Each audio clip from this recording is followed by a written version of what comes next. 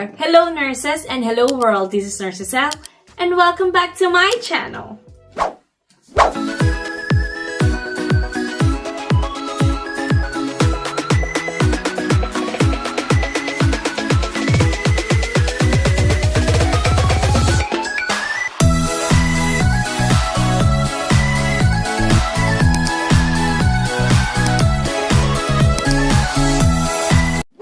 Is solely for demonstration purposes only, as interpreted by the actor based on her understanding of the specific skill with reference to the Royal Marsden 10th edition. All information presented are public domain materials accessible to the relevant governing organization's website. Subtle similitude may be noticeable. However, this is not intended to be definitive guide to the NMC Part 2 test of competence or the Osce examination. This can be helpful materials for overseas nurses or internationally educated nurses to learn and adapt to the UK clinical setting and transition effectively into practice. So today I am going to show you how to write another evidence-based practice. And for today's video, we're going to talk about pressure ulcer prevention.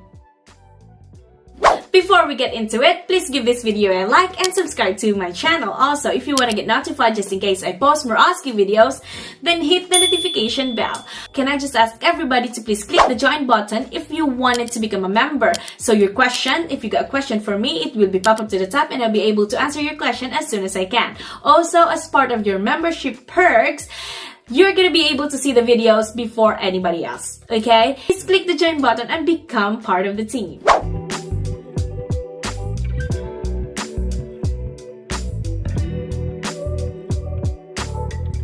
So before I go ahead and discuss the answers, let us first define some terms. Let us define first what a pressure ulcer is. According to the NHS website, pressure ulcers or pressure sores or bed sores are areas of damage to your skin and the tissue underneath. Patients have higher chance of getting them if they have difficulty of moving. Signs that indicates pressure ulcers: persistent erythema or flushing of the skin, non-blanching hyperemia, or this is the discoloration of the skin that does not change when pressed, blisters, discoloration, localized heat, localized edema, localized indurations or abnormal hardening, purplish or bluish localized areas, localized coolness if tissue death occurs. Areas developing pressure ulcers: temporal region of the skull, back of the head, ears, shoulders, spine, elbows, femoral trochanters or hips, ischial tuberosities or buttocks, sacrum, heels, and toes. Pressure ulcers are caused by something putting pressure on or rubbing your skin. Who are more at risk? Well, it can happen to anyone, but usually this happens to people who have problems moving, have had a pressure ulcer before, have been seriously ill in intensive care or have recently had surgery, are underweight, have swollen, sweaty, or broken skin, have poor circulation or fragile skin, or people who have problems feeling sensation or pain. Treatments for pressure ulcers depends on how severe it is. Other treatments include specially designed mattresses and cushions, dressings to protect the ulcers and help it heal, creams and ointments, antibiotics if the ulcer is infected, and cleaning the ulcers.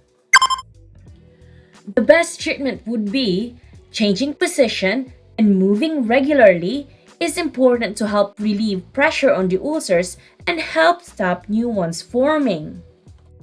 Not just that, but also using specially designed mattresses and cushion, plus checking the skin every day for symptoms of a pressure ulcers, trying to stay active as much as possible, and eating healthy, balanced diet. This could prevent pressure ulcers. As we all know, prevention is still better than cure.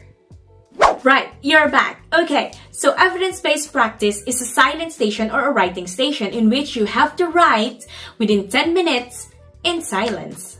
So basically, during the exam, you will be given a scenario, a long-length research in which the scenario revolves around a patient who's just had a laparotomy operation. So this patient has been advised to stay in bed. Unfortunately, this patient have developed a small pressure sore on the sacral area. So the tissue viability nurse have seen the patient and had advised to use a foam dressing.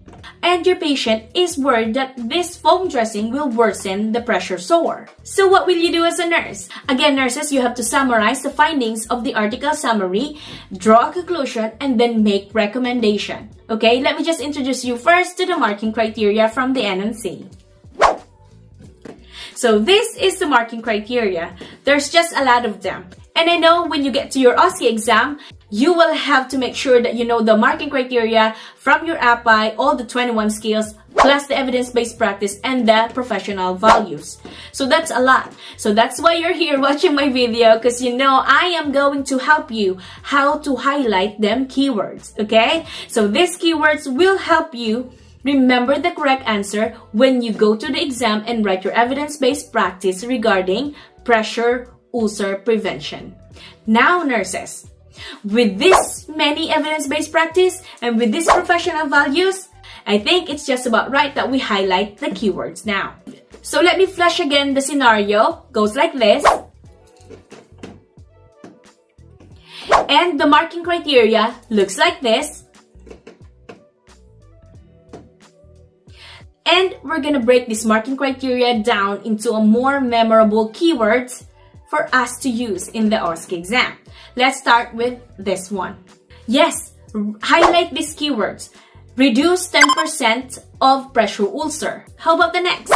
Let's give it a try, nurses. Remember these keywords. Rare side effects, mild skin irritation. Because according to the marking criteria, there's a very rare side effects of this foam dressing. How about the next? Give it a try, nurses. So just remember MMR, male, more risk.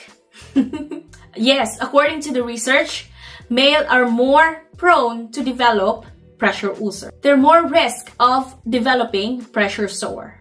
Let's go to the next one, shall we? Yes, prevent pressure ulcers. Yes, that's true because regular skin inspection, regular changing position, staying well hydrated, and maintaining a balanced diet will help in the prevention of pressure ulcers.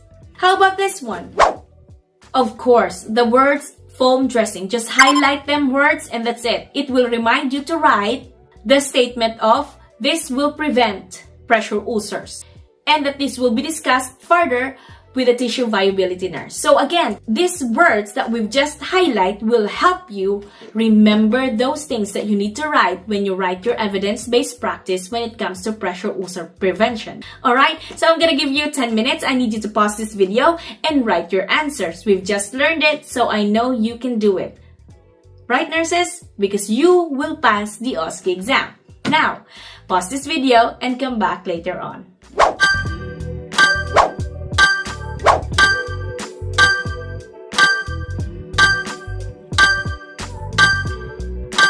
And you are back. I know you're excited to see my answers. Again, this is just my answers. I'm not saying that they are correct. I'm just saying that I have done my research and that this is according to my opinion. Okay, you are entitled to yours, so please do your research as well. And yeah, that's it. So, you ready for the answers? Okay, before we get into it, please give this video a like and subscribe to my channel. Also, if you want to get notified just in case I post more Osce videos, then hit the notification bell. Please, thank you very much. For the answers, enjoy! I will inform the patient that a specific foam preventative dressing applied to a person's sacrum has been shown to reduce pressure ulcer development by 10%. However, even with a dressing, he may still develop a pressure ulcer, although it may occur a little bit later.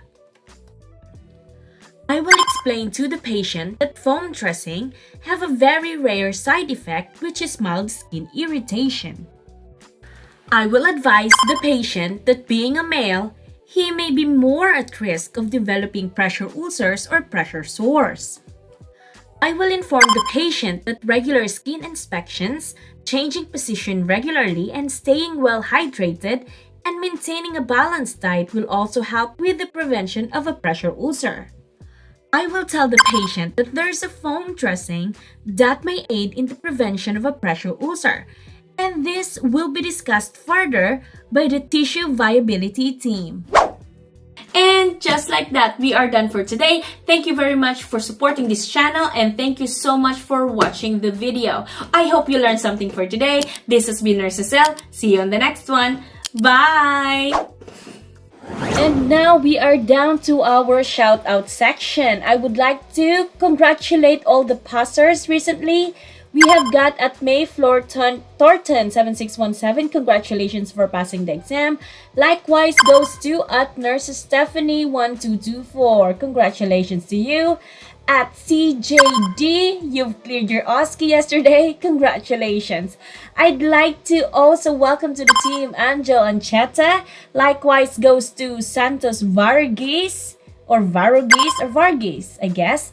And then we've got at Frederick Lasala 2593. Welcome to the team. I'm very generous tonight. I'd like to add some more. Welcome to the team Surya Rolson 6184. Likewise goes to Ala Diab KZ 8SV. Hello there. Idong Gesit Ufia. Hi. And last but not the least, we've got Paul Chan 1204. Welcome to the team.